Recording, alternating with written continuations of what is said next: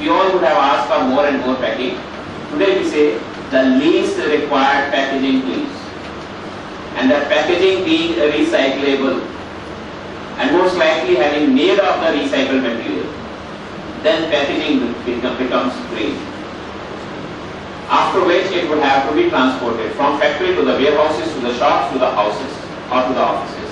So that transportation happening on efficient vehicles. Most likely trucks running on diesel, so maybe trucks running on biofuel to the extent possible. After which is this phase, which used to be my focus in the past. Greenity means my usage consuming less power. Yes, that consuming less power, but just reducing from 250 watts to 70 watts, is it efficient? Reducing the rating of the equipment from 250 watts to 70 watts, does it make it efficient? Not necessarily. Consumption has been, rating has been reduced, but perhaps the efficiency is 50%, while the desktop was perhaps 55% efficient. So we need to be clear about efficiency and the power. Assuming, because generally the newer equipment is more efficient also, so this became efficient as well, consuming less power as well. But not only the overall wattage, today we think of the operating system that is being used, even that operating system being green. There is a concept called green code. So whatever Microsoft or anyone has written for you, that should be efficient. And if you use this laptop or desktop for developing a piece of code, your piece of code also being green code, efficient, energy efficient. If I am using Microsoft PowerPoint application to make this presentation, even that application and that piece of software being efficient. So this is how my usage becomes green. I would use this equipment for 1, 2, 3, 4, 5 years. Someday it would be useless for me. And the story continues. That portion is called recycling or disposal. So once again, that disposal most likely happening in some factory, so that should be green building. Some machines being used for that, those machines should be efficient and running on renewable power to the extent possible. This is what the whole story is, that's what the scope of green writing is. Parallel to green. What is sad is that we talk about 6 stages. It's only the usage stage that is under my control. The rest was manufacturer, and this one is the recycle. So this is generally beyond my control. That was the picture till yesterday. Today, if you are asking questions, then manufacturers are being forced to answer questions also. There is a concept called life cycle assessment. Have you heard of life cycle assessment? I was assessing this phase. This was user phase assessment. What is my power consumption? If I make my focus to be cradle to grave, then that is called life cycle assessment. Relative review, very difficult, very complex, but manufacturers are doing this today. If you ask as users, as consumers, they will have it. Truly speaking, this story, cradle to grave, is becoming old now.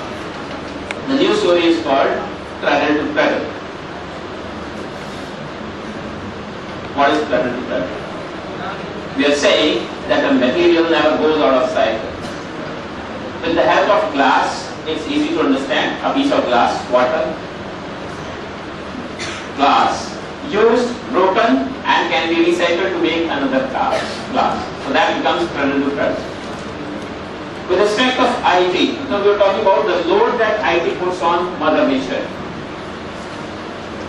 A laptop or an associated equipment, printer, I buy only once, but I buy some consumables again and again.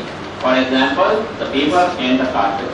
And the paper is a load on Mother Nature, and the cartridge is a load on Mother Nature. So if we think of paper, the story starts from a plant, grown, cut, made into paper. That paper used by me once, recycled. We all say, we all understand today we need to recycle and reuse 2-3 times. someday I will have to throw that paper away. So that paper, after 3-4 recycling and reuses, thrown but converted into compost, and that compost once again used to grow another plant. So that may be an example of cradle to cradle, which is closed from IEEE 3. So I am repeating because it's a large room and this small text, so I have spoken what I'm going to be showing now, but that generally is this cradle to grave story. I will quickly summarize that with the help of slides. So a green building is a building which is, this is the central portion I am showing, wherever we all shift whatever work we are doing, whether designing or refining or manufacturing, usage or recycling. And green building means efficient electricity use, but also other resources like water and waste. So all these activities, starting from sourcing, happening green way. After sourcing, it would be manufacturing. We discussed manufacturing being green. Efficient machines and a green building, for example. After that, packaging, asking for basic minimum required packaging made of recycled material and recyclable as well. Then distribution happening through efficient vehicles running on biofuels to the extent possible. Coming to usage stage, my usage being efficient, power being renewable power to the extent possible, and finally the disposal. In the clip that we saw earlier, we were talking about 50% discussion was around disposal. I'm not sure whether you caught that or not, but that particular movie from IEEE was talking